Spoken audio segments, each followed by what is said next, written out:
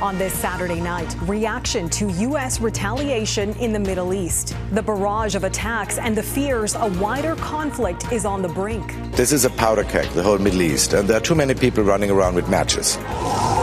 As the White House warns of even more strikes on Iran-backed targets. Plus, Syria and Iraq's condemnation vowing catastrophic consequences.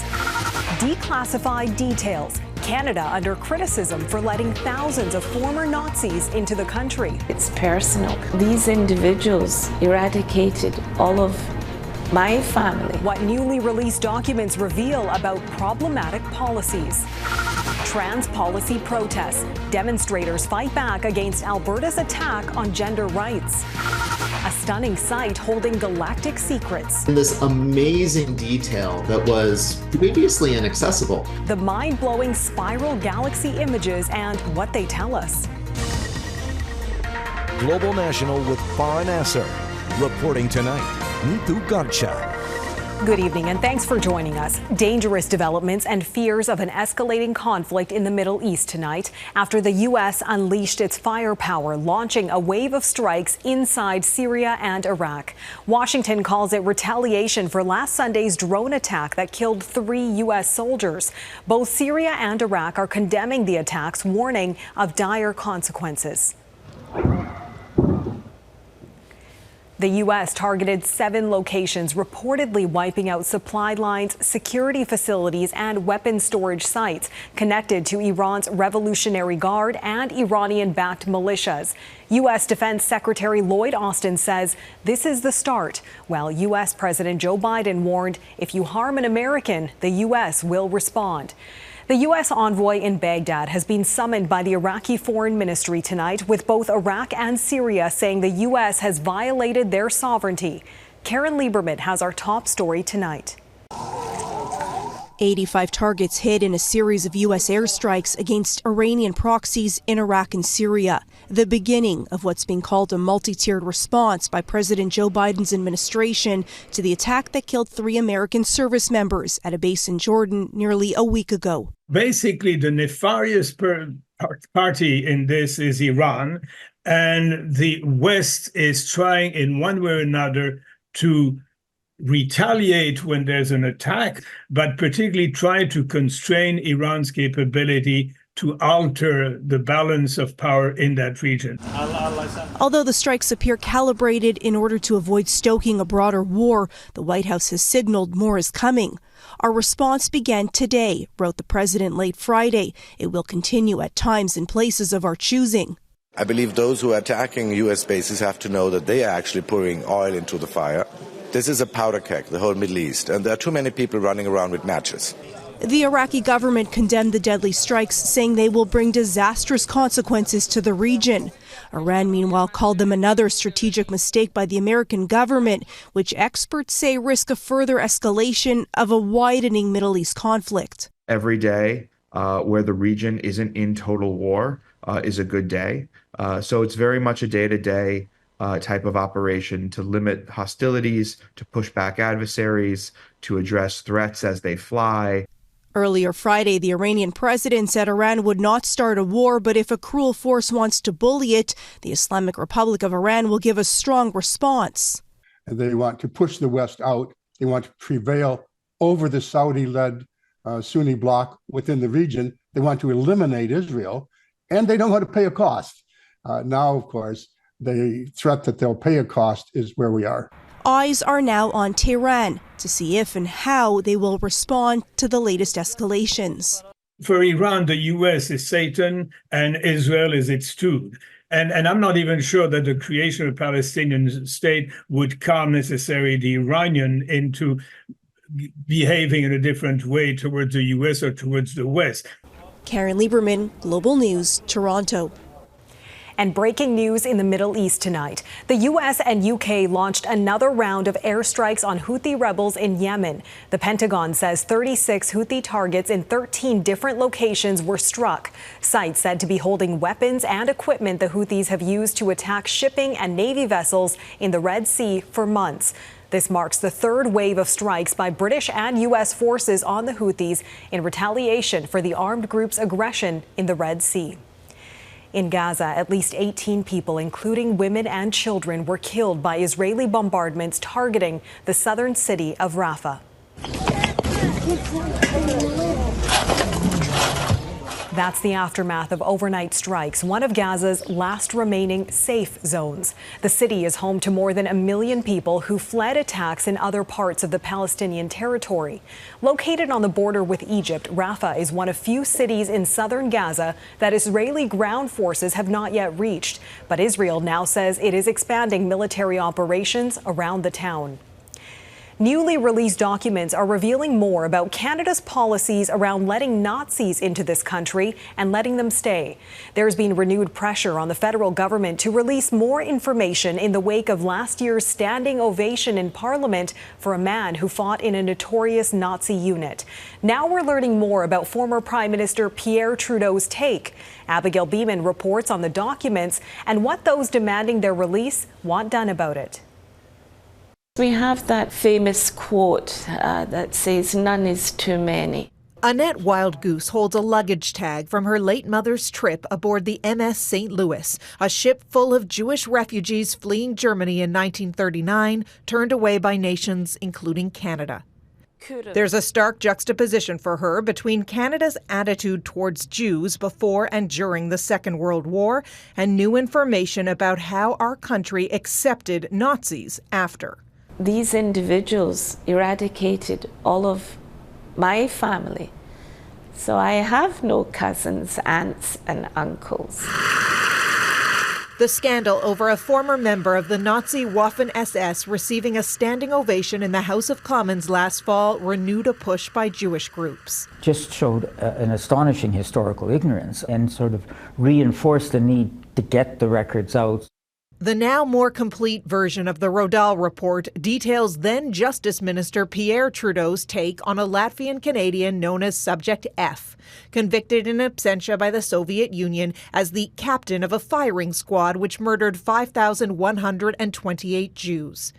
In 1967, Pierre Trudeau was against stripping Subject F's citizenship, writing, "The applicant's obligation is to satisfy the court that he is of good character. He is not required to satisfy the court that he, at no time in his past, committed an opprobrious act." He was worried that people who came from those countries would feel that their own citizenship would be in jeopardy because of an attempt to prosecute Nazi war criminals, but in fact that wasn't the case. It punctures Canada's self-image in the conduct of World War II and in the aftermath. There are more details yet to be released, including the names of 240 suspected Nazi war criminals. This is both an important part of the historical record, but also one that has implications around privacy, around community cohesion. Someone like myself who's part of the second generation have a responsibility to see this through. Concerned about some applicants from places like Gaza and Iran, David Matus wants Canada to learn from the past. And there's lots of modern perpetrators who, like the Nazis before them, are trying to get into Canada to seek a haven. We certainly need to protect ourselves better than we did at the time of the Nazi influx. Abigail Bimman, Global News, Ottawa. In Alberta, there were rallies in the province's two largest cities to oppose Premier Danielle Smith's sweeping new regulations on gender identity. Her policy will put thousands of children at risk. She will risk their health, their mental health, and their very lives for her own political gamesmanship. Alberta NDP leader Rachel Notley joined protesters in Edmonton who rallied simultaneously with another demonstration in Calgary. Both gatherings expressing anger over Smith's newly announced plan to restrict important procedures for transgender youth. The province aims to ban gender reassignment surgery for those 17 and under and hormone therapies for anyone 15 and under. That's on top of a slew of consent requirements for minors. Opponents, including medical experts, have criticized the regulations as uninformed and harmful. Our chief political correspondent David Akin spoke with Alberta's premier about her proposal. He has more on how she's defending the move. David? Well, neither Danielle Smith won a majority government last May in an election where the dominant issues were healthcare and the economy, and almost nothing was said about regulating transgender youth. I say almost nothing. You'll remember Smith had to disqualify a candidate who compared transgender youth to feces and cookies. And yet, though regulating transgender youth was not in the UCP platform, Smith is now saying that she's going to introduce legislation later this year that goes farther than New Brunswick's Blaine Higgs or Saskatchewan's Scott Moe to limit transgender youth's participation in sports, what they call themselves, and their health care options. We felt like it was important for us to make sure that we had guidelines that were understandable and acceptable. We believe the starting point should be that kids should not be making irreversible decisions. Among the most controversial parts of the plan, a rule requiring teachers to notify parents if a student arrives in class asking to be recognized using a different gender. I think that we have to have families involved in those decisions from the very beginning so that they can support them. And just as Higgs and Moe found stiff opposition to their policies, Smith too can expect to find a fight. Outgoing Alberta NDP leader Rachel Notley condemned the proposals, and New Democrats and Liberals in Ottawa found fault with what Smith is proposing, particularly around the rule requiring teachers to inform parents against a student's wishes. There is a small minority of kids, David, who literally fall through the cracks because when they come out to their parents, something breaks down. And I know because I've seen the numbers on the street. Now, the law may be on the side of the likes of Randy Boissonnault, the Liberal cabinet minister, and other opponents to that pronoun rule. Moe in Saskatchewan had to invoke the notwithstanding clause to charter-proof challenges to his pronoun law. But public opinion turns in a slightly different direction. A recent Angus Reid Institute poll found more than 70% of parents agree that they should at least be notified about a child's change in gender status, while about 35% say parents must also consent to new names or pronouns. Neither. All right, David Aiken in Ottawa. Thanks, David. An influx of Mexican citizens looking for refuge in Montreal. Coming up, the calls for housing and work permits to keep up with the growing flow of asylum seekers.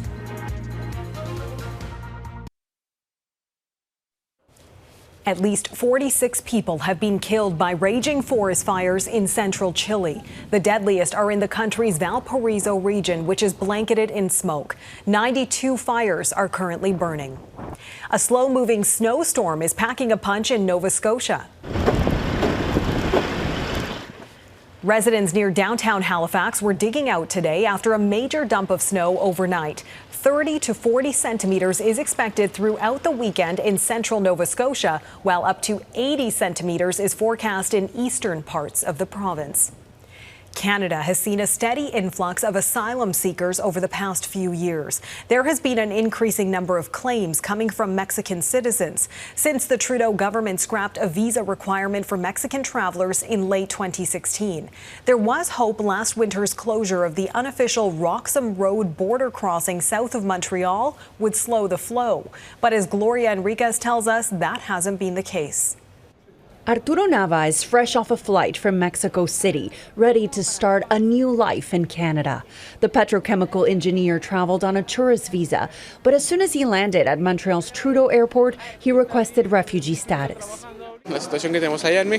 He says there's a lot of talk in Mexico about how supportive Canada is to refugees, though he admits he didn't have much information about what the process entails. Nervioso, la verdad, nervioso. No sabía si me iban a deportar, no sabía qué iba a pasar. Nava is one of thousands of Mexicans who are coming to Quebec to claim refugee status. In 2023, Quebec processed more than 25,000 asylum claims at the airport, more than double the amount of 2022. In general, asylum requests in Quebec have exploded in the past 2 years. In 2021, Quebec received a total of just over 10,000 requests, compared to more than 59,000 in 2023. In 2021, there were more than 1,300 requests from Mexican citizens. In 2023, the government received more than 15,000 requests. A high number of people with Haitian and Colombian citizenship also requested refugee status in the province. Those who land at Trudeau Airport and have nowhere to stay are sent here, the regional program for settlement and integration of asylum seekers known as PRIDA. Lisbeth Valencia says it has been harder than she thought. Muy difícil. A few blocks away from PRIDA's shelter is the Welcome Collective. They say they've seen an increase of asylum seekers like Nava and Valencia coming through the airport. A major issue is that their work permits don't come right away, pushing many to request financial assistance. For the first 15 days of 2024, Quebec's Labour Ministry says there have been nearly 10,000 requests. That's an average of 656 per day. An estimated 30% come from asylum seekers. Melissa Kless says the government should issue work permits upon arrival, just like it did for Ukrainian refugees. That's going to mean that so many families, thousands of families, won't have to go on welfare in the first place. Federally funded assistance would also help, she says, to navigate a massive change and the reality of a new and unknown life. Gracias a Dios estamos aquí. Gloria Enriquez, Global News, Montreal. Ahead, is it a case of profit over patience? The Pharmacare deal raising red flags over consumer choice.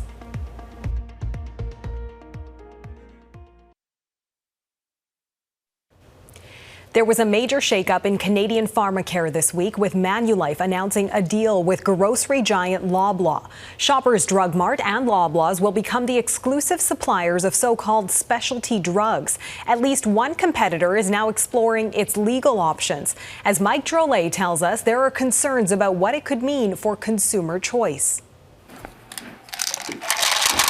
Independent pharmacists count pills as well as profit margins, and they're about to get fewer of both. That's because insurance giant Manulife has made a deal with retail giant Loblaw, giving its Shoppers Drug Mart chain exclusive rights to deal 260 specialty medications to its plan members, leaving pharmacists like Rami Suriel questioning the future of his industry. The way I see it, it's a deal for profit, but not for patients. So again, maybe I'm repeating myself, but it is the same thing. I mean, think patient. If we don't think patient, we have lost our Canadian healthcare insights. The deal has raised red flags in Ottawa, with NDP MPs Don Davies and Brian Massey asking the Competition Bureau to investigate the serious impacts that this arrangement could have on both access to medication and competition within the pharmacy sector. Canada's industry minister said the government will be reviewing the deal. You know, they don't get the message. You know, we want more competition in this country. We want more options. We want more choices. So that's not going in the direction we want to see. The drugs in question treat conditions such as rheumatoid arthritis, Crohn's, MS, and cancer, and they're pricey, costing more than $10,000 annually. And while they make up less than 1% of total drug claims, they make up almost a third of total drug spending in Canada. Manulife has said the deal with Loblaw will save money. But for whom? We have no idea how much they're passing on to consumers or onto the insurance payers, that is the employers and unions that sponsor the insurance plans, and how much is being passed on to corporate executives in bonuses and to shareholders in profits. The fear from industry watchers is twofold: that if it works with specialty medications, generic pills could be next, and that in turn could lead to an American-style system, where a select few pharmacies control the majority of the market. And this will have the effect of creating a smaller number of dominant pharmacy chains and very profitable insurance companies. And behind all of this, there will be relatively limited transparency. Bayshore Healthcare, which had a similar deal with Manulife before being cut out, has told its members to be patient and that they're now exploring their legal options. Mike Drolet, Global News, Toronto. Next, spiral galaxies like they've never been seen before. The intricate images leaving astronomers in awe.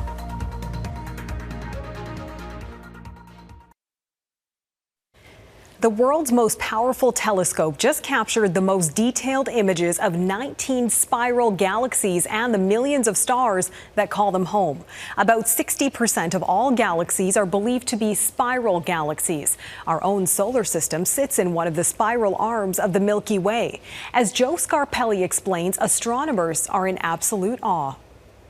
The images are so detailed that even astronomers are stunned. That allows us to see this kind of previously hidden aspect of a galaxy in this amazing detail that was previously inaccessible. The 19 spiral galaxies were captured by the Large Infrared James Webb Space Telescope. Launched in 2021, the world's most powerful telescope is a collaboration between NASA, the European Space Agency, and Canadian Space Agency. What we're really finally understanding is how the gas and the stars interact. And we can kind of see how they move back and forth and influence each other. Eric Rosolowski is a physics professor at the University of Alberta and member of the FANGS, or Physics at High Angular Resolution in Nearby Galaxies project. It's a project being worked on by an international group of researchers, which includes Rosolowski's team from Edmonton and some others in Toronto. They're on a mission to understand how galaxies work. What we're trying to do is collect observations from a variety of different telescopes, including the James Webb Space Telescope, to see a galaxy in all the possible ways we can look at a galaxy. Other astronomers are eagerly watching their every move. We need more data is something astronomers say really often, but we say that because the universe is a complicated place and you want to capture the richness of what's there. And there's a lot more richness to capture. Joe Scarpelli, Global News. And that is Global National for this Saturday night. I'm Neetu Garcha. We'll leave you tonight with a celebration of hockey in Toronto. As NHL All-Star festivities get underway, young players and pros alike also gathered for the Hockey Diversity Alliance's inaugural Winterfest event, which works to combat racism, celebrate diversity, and inspire change in the sport. Thanks so much for watching and hope you can join us again tomorrow. Have a great night.